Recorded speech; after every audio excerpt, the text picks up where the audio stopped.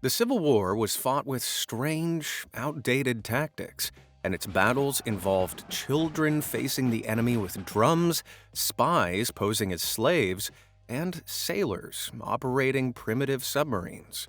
So today we're going to see just how bad these troops had it as we travel back in time and charge into the worst jobs you could have in the American Civil War.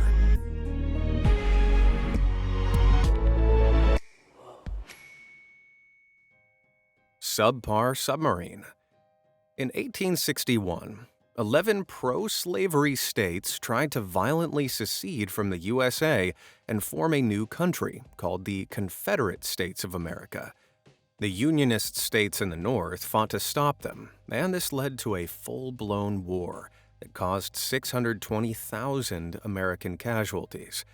The Civil War was mainly fought with muskets and cannons, but there were also incredible technological advancements, and both sides tried to up their game by deploying primitive submarines. In 1862, the Union launched the USS Alligator, a 47-foot-long submarine that was propelled with wooden oars. But the sub never saw battle, and it sank during a storm before it could complete a single combat mission. Confederates got slightly further with the H.L. Hunley, a small cylindrical sub that could travel 30 feet underwater. It was constructed out of a converted steel boiler, so its 8 crew members had to bend over to fit into its 4-foot-tall interior. One of these men would steer the vessel, while the other 7 operated a hand crank that manually spun the propeller. Serving in the cramped submarine sounds miserable, and unsurprisingly, it was also incredibly dangerous. On its first 2 combat deployments in 1863, the sub flooded with water and sank, dragging 13 of its 16 sailors to a watery grave. But the Confederates figured third time's the charm and repaired the Hunley for another mission that was marginally more successful. See, in 1864, it became the first submarine to sink an enemy ship when it snuck underneath the USS Housatonic and rammed it with a spar torpedo. This weapon was essentially a bomb on the end of a 20-foot pole that would detonate when it was pushed into its target. The Hunley successfully used it to destroy the Housatonic, but the sub was also caught in the blast radius, so it was blown up too. The Confederates couldn't find the wrecked submarine to dredge it up for repairs, but that's probably for the best.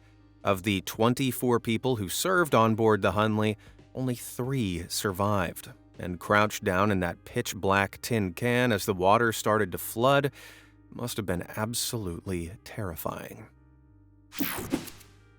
Hot scare balloon. Today, Air Force pilots fly around in heavily armed fighter jets, but air warfare during the Civil War was a bit more basic. In 1861, an inventor called Thaddeus Lowe founded the Balloon Corps, a branch of the Union Army that spied on Confederate troop movements during battle by looking down at them from hot air balloons. Now, surveying a battlefield in an aircraft filled with explosive hydrogen gas is pretty dangerous, and the balloons were also tethered to the ground, so they didn't move much once they were airborne. This made them incredibly tempting targets for the Confederates, who'd fire on them with muskets and cannons whenever they were raised in the air. The pilots would fly 1,000 feet high to stay out of musket range, and the balloons were made of silk, which is actually strong enough to stop musket balls. However, the Confederates' most widely used cannons and artillery rifles could fire at ranges between 2,000 and 5,700 feet, and if a cannonball or artillery round hit a balloon, it wouldn't end well for the pilot. Fortunately, these cannons weren't that accurate, and no Union balloons were actually shot down during the war. In fact, it was ultimately more dangerous to be a member of the ground crew that held the tethers, as the balloons and ropes above them clearly gave away their position. The Confederates would simply have to aim at the bottom of the tethers to target the ground crews, and in 1862, a prominent Union general called George McClellan was nearly hit by cannon fire while raising a balloon. So, whether you were dodging cannonballs in the air or explosions on the ground, serving in the Balloon Corps must have been pretty scary. And I'd say the job definitely had its ups and downs. Get it? Capture the flag. When World War III inevitably comes and I get conscripted, I want the best armor and weapons money can buy. But in the Civil War, some Union and Confederate soldiers charged into battle completely unarmed, holding nothing but a flagpole. See, it was easy for troops to get lost in the chaos of a Civil War battlefield. So, each regiment had a color bearer who'd carry the unit's flag during a charge, which the other soldiers would follow to stick together. Unfortunately, this flag was also extremely visible to the enemy, and they'd specifically target the color bearer to disrupt the opposing charge, so the job was incredibly dangerous. But they weren't ever allowed to retreat, no matter how bad it got, because the rest of their unit would follow them. So if they did try to flee the fight, their desertion would be punished with a trip to the firing squad. This all meant that a color bearer had a much shorter life expectancy than a normal soldier, and if they fell in battle, somebody else would have to pick up the flag and take it over. But this replacement color bearer would immediately become a target themselves, and it wasn't unusual for a regiment's flag to be picked up by a new soldier and then get blown up again several times throughout a battle. So multiple soldiers could serve as a regiment's color bearer during a clash, and the role's turnover rate was disturbingly high. I guess that's what happens when you're made to charge against the enemy without a gun. Infant infantry. With chores, homework, and early bedtimes, being a kid can suck. But growing up in the 1860s was even worse. See, while the Union and Confederates both had a loose rule that nobody under 18 could be an armed soldier, the recruiters regularly let teenagers join anyway, and it's estimated that 20% of the war's combatants were underage. Furthermore, kids as young as 9 were officially allowed to serve in unarmed, non-combatant roles that were still incredibly dangerous. Both sides of the war had drummer boys who would stand behind the infantrymen during the battle and play drum beats to convey orders from the officers. They'd use different rhythms to tell the men to attack or retreat, and although they stood behind the front line, they were still in incredible danger from stray cannon fire or an unexpected charge. In fact, the youngest casualty in the entire war was a 12-year-old Union drummer boy called Charlie King, who was hit by Confederate artillery fire during the Battle of Antietam in Maryland. The Union's Navy wasn't any different, and they actively recruited 10-year-old boys to serve on warships as powder monkeys. This job involved carrying stacks of gunpowder from the ship's storerooms to the cannons, so the adult sailors could load and fire them.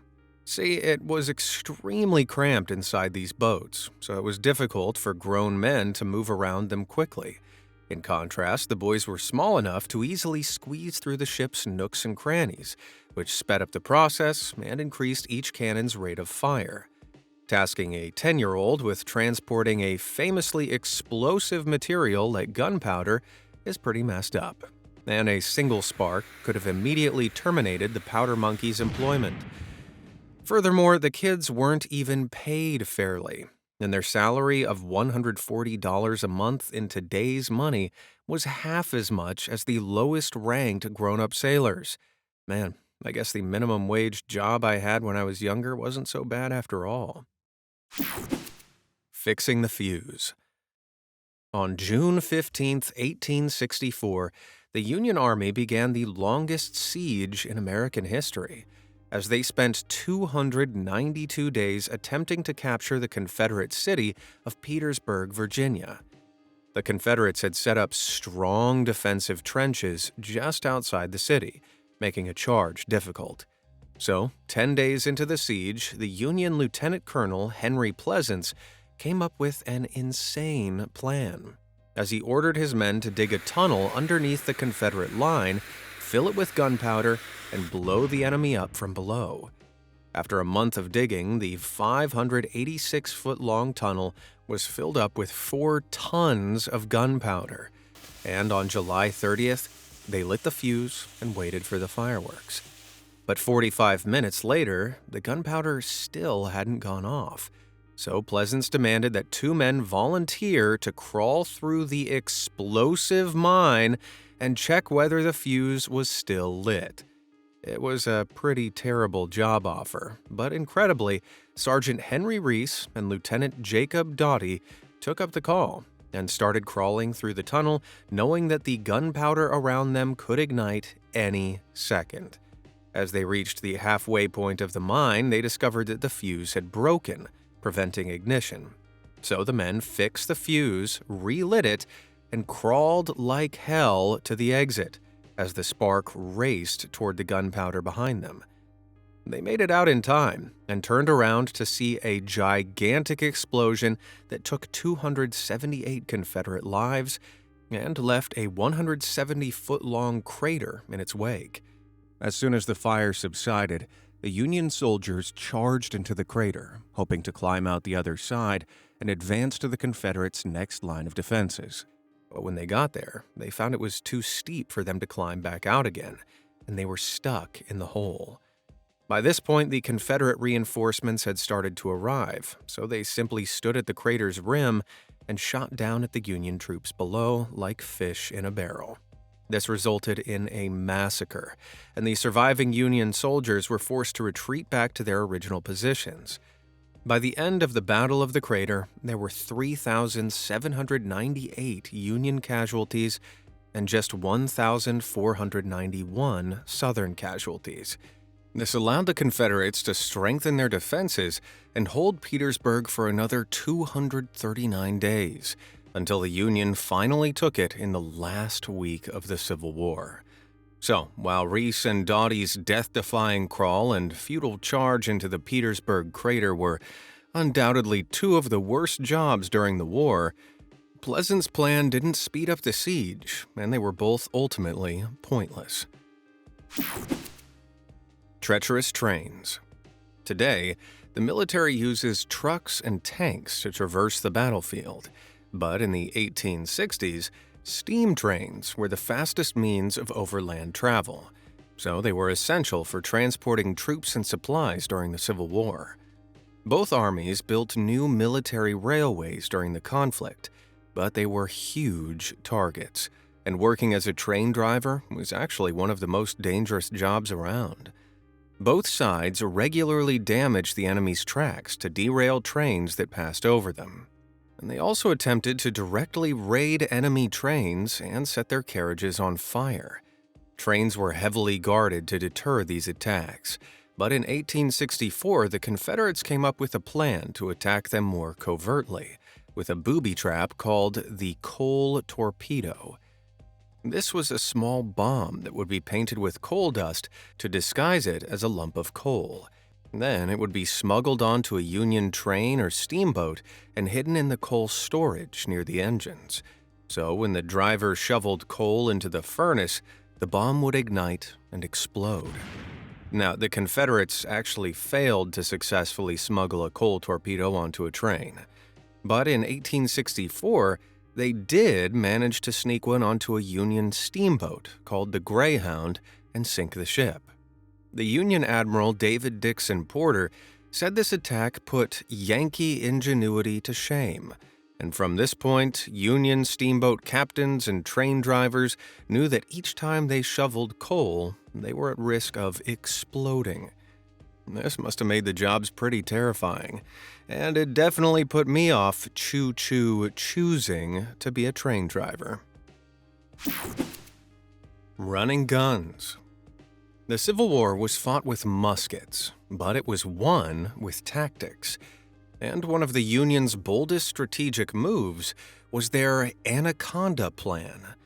From April 1861, they stationed 500 ships around the southern coast from Virginia to Texas to destroy or capture any boats bringing supplies to Confederate ports. See, the South wasn't industrialized, so they got their weapons, medicine, and machinery by exporting cotton to Caribbean islands and trading with the European nations that controlled them. The Union's blockade disrupted these trades, and because the South's navy was tiny compared to the North's, they couldn't fight through it.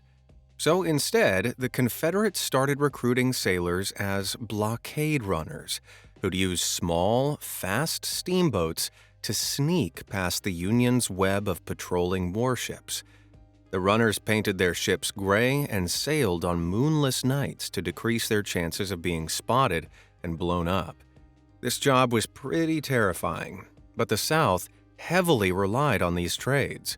So if they managed to get through the blockade and sneak back again with valuable supplies, they'd be paid incredibly well. Ultimately, over 600,000 rifles were smuggled into the South, which sounds impressive, but more than 1,100 blockade runner ships were captured by the Union, and over 300 were blasted out of the water. In the end, the Union blocked 95% of the Confederacy's cotton exports, which disrupted their trades and ruined their economy. This meant the South suffered with supply shortages throughout the war, which directly led to the Union's victory, and showed that the blockade runners ultimately put themselves in danger for nothing. Arms and legs. The Civil War was brutal, and an estimated 476,000 soldiers were wounded in battle. As a result, the doctors on both sides had their work cut out for them, as they had to treat these life-threatening injuries in gruesome conditions. Instead of a sterilized operating room, they performed surgeries in tents or houses that were converted into emergency hospitals. And in multiple instances, barn doors were torn off and used as operating tables. At the time, surgery wasn't very advanced, and the number of limb injuries meant that nearly 3/4 of the operations performed during the war were amputations. This resulted in literal piles of arms and legs outside the hospitals, which isn't very hygienic. But knowledge of germs at the time was limited, so the doctors didn't sterilize their medical equipment, and disease was rampant. 2/3 of the war's casualties were caused by diseases like dysentery and smallpox, and the conditions in field hospitals meant that twice as many doctors caught them as regular soldiers. So a surgeon's job essentially involved performing thousands of horrific operations while constantly trying to avoid catching deadly diseases. Man, I'm glad I didn't grow up back then. My parents were desperate for me to be a doctor. Minnesotan Massacre. On July 1st, 1863, the Confederate invasion of the North culminated in the Battle of Gettysburg, the bloodiest battle ever fought on American soil. 51,000 of the 167,000 combatants became casualties, and one regiment had it worse than all the others, as it statistically became the worst regiment to serve in for the entire war. See, on the second day of the battle, a section of the Union line began to collapse under an attack from 1,800 Confederate soldiers, and the 1st Minnesotan Infantry Regiment were the only men close enough to plug the gap. Despite being outnumbered nearly 7-1, General Hancock ordered the 262 Union soldiers to charge and hold the enemy back until reinforcements arrived. The men couldn't disobey an order, so they were forced to fix their bayonets and face the much larger force. Incredibly, the Confederates were taken by surprise, and the Minnesotans drove them back until reinforcements strengthened the Union front line. But when the fighting was done, only 47 of the 262 1st Minnesotans made it off the battlefield. Their sacrifice was huge, and without it, the South might have broken through and won at Gettysburg, which could have drastically changed the outcome of the war. So while their bravery directly allowed the Union to win the battle, under 1 in 5 of them survived, and serving as a 1st Minnesotan was undeniably one of the worst jobs around in the 1860s. Bumbling bodyguard. In 1860, Abraham Lincoln was elected president on a platform that opposed slavery and rejected the South's wish to leave the USA. This led to the Civil War and made him public enemy number one for the Confederates, who made several attempts to violently end his presidency. As a result, being Lincoln's bodyguard was pretty stressful, and in February 1861, they had to go undercover in a pro-slavery group in Baltimore to foil several plots targeting him while he was celebrating his election. Then later on, in 1864, they had to protect the president after a sniper shot at him outside his country home. They kept Lincoln out of danger, but the attempt was so close that it shot off his trademark top hat. Still, Lincoln's bodyguards managed to keep him safe until the end of the war, and weeks after the South surrendered in 1865, the president decided to take a trip to the theater. He'd sent his usual bodyguard, Ward Hill Layman, to Virginia on an errand, so a police officer called John Frederick Parker guarded him instead. Parker was posted right outside the door of Lincoln's presidential box, but he got bored because he couldn't see the play, so he decided to have a drink at a nearby tavern during the intermission. He got so drunk that he fell asleep, and as he snoozed, a Confederate sympathizer called John Wilkes Booth snuck into Lincoln's box with a loaded gun and ended his presidency. In polls, Lincoln is still considered to be America's most beloved president, and Lincoln's wife personally blamed Parker for letting Booth get to him. So, while all of the president's bodyguards had a stressful, high-stakes job, Parker's role, and his failure to perform it, meant that he's gone down in history as the man responsible for Abraham Lincoln's passing. Man, I guess the only person with a worse job was Lincoln himself. Cruelly punished.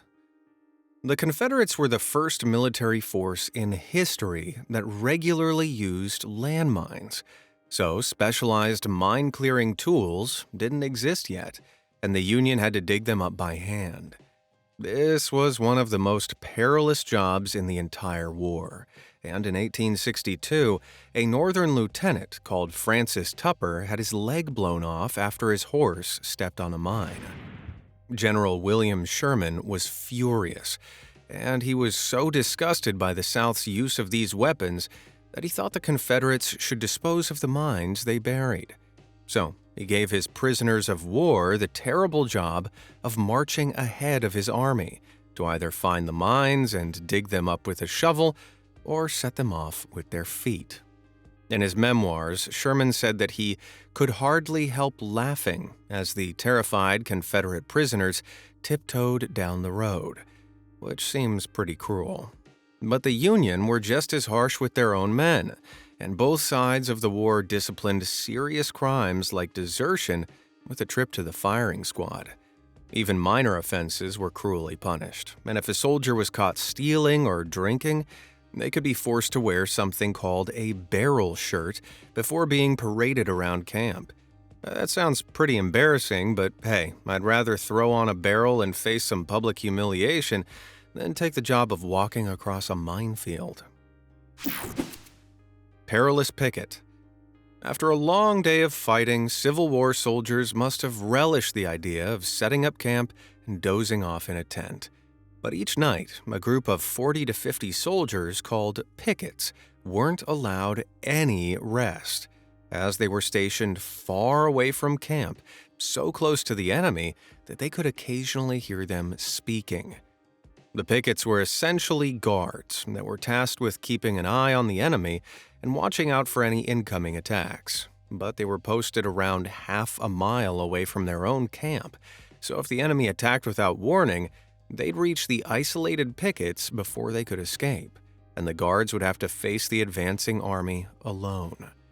It was easily one of the most deadly jobs given to both Union and Confederate infantrymen, and it was rotated through the ranks, so anyone could be stuck with picket duty on any given night. Furthermore, the pickets couldn't abandon their posts as it would allow the enemy to freely advance, So if you were caught fleeing, your punishment would be a trip to the firing squad. As a result, in the freezing winter of 1862, the Confederates discovered that a unit of their pickets had frozen solid, and 2 of them were still standing with guns in their hands. Instead of returning to camp and facing capital punishment, the men had to brave the cold, and in their final moments were forced to face the enemy with no backup and no choice but to stand their ground and freeze. Man, picket duty sounds rough. God knows I wouldn't picket. Assassination. Serving on either side of the Civil War was pretty terrible, but one of the worst jobs of the conflict didn't belong to a soldier. It belonged to an animal. See, animals were used extensively by both sides. As horses were ridden in cavalry regiments, dogs came along as regimental mascots, and on one occasion, mules were used as attack bombers. Wait, what? Well, in 1862, the Union captain James Graydon was planning to raid a Confederate camp in New Mexico, right on the banks of the Rio Grande River. Graydon had a reputation for using strange tactics, and this time he decided that instead of charging the Confederates, he'd strap bombs to 2 of his mules and send them towards the enemy. Graydon and his men stealthily led the mules to the edge of the Confederate camp before lighting their fuses and shooting them towards it. But these attack mules were too loyal to their owners, and as Graydon's regiment ran away, the mules turned around and chased after them. The Northerners ran for their lives, and they all just managed to escape as the bombs exploded. So Graydon's asinine idea didn't blow up the Confederates, and it almost cost him his life. But as a consolation prize, the explosions did cause 200 of the Confederates' mules and horses to panic and flee from their camp, which weakened them and forced them to retreat from the area a month later. This meant that, in a way, Graydon's plan was successful, but I doubt that'd be any consolation to the mules. These devoted beasts were forced to carry bombs into battle, and as they tried to follow their owners back home, they were betrayed and blown up. Human or animal, it's hard to imagine a worse job than that. Union spies.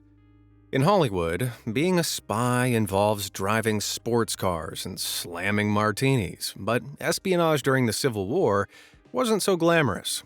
The punishment for spying was final, so volunteering to go undercover was incredibly courageous, and one of the Union's bravest spies was undoubtedly Mary Bowser. Bowser was born into slavery in Virginia in 1840, but her owner's daughter, Elizabeth Van Lew, became an anti-slavery advocate as a teenager. So when Elizabeth's father passed in 1843, she freed all his slaves, and when Mary was a teenager, she paid for her to move to Philadelphia and receive an education. Mary returned to the South in the 1860s and discovered that Elizabeth had become a key figure in the anti-slavery movement by setting up an organized spy ring that collected intel on the Confederates. Mary wanted to get involved, so Elizabeth arranged for her to go undercover in the Confederate White House in Richmond, Virginia, and work as a servant to the Confederate President Jefferson Davis. Davis's racist views meant he didn't suspect Bowser of being a spy, so he left her alone with top-secret documents that she could read and copy down while pretending to tidy up. Mary was even able to eavesdrop on the Confederate Senate's top-secret meetings, before passing the valuable information to Elizabeth, who'd send it straight to the Union Army's leader, General Grant. Unfortunately, few intelligence records survived the Civil War, so we don't know the exact information that Mary stole. But after the war, Elizabeth received personal thanks from General Grant, and Mary was one of her best spies. So it's likely that Mary's intel directly helped the Union win the war. Furthermore, the fact that she willingly went back to the South and posed as a slave after being freed shows how incredible she was, as she put her life on the line to fight the Confederates and put an end to slavery in the USA. After this trip through history, I'm never going to complain about my job again. Which of these lousy Civil War jobs would you least like to do? Let me know in the comments, and thanks for watching.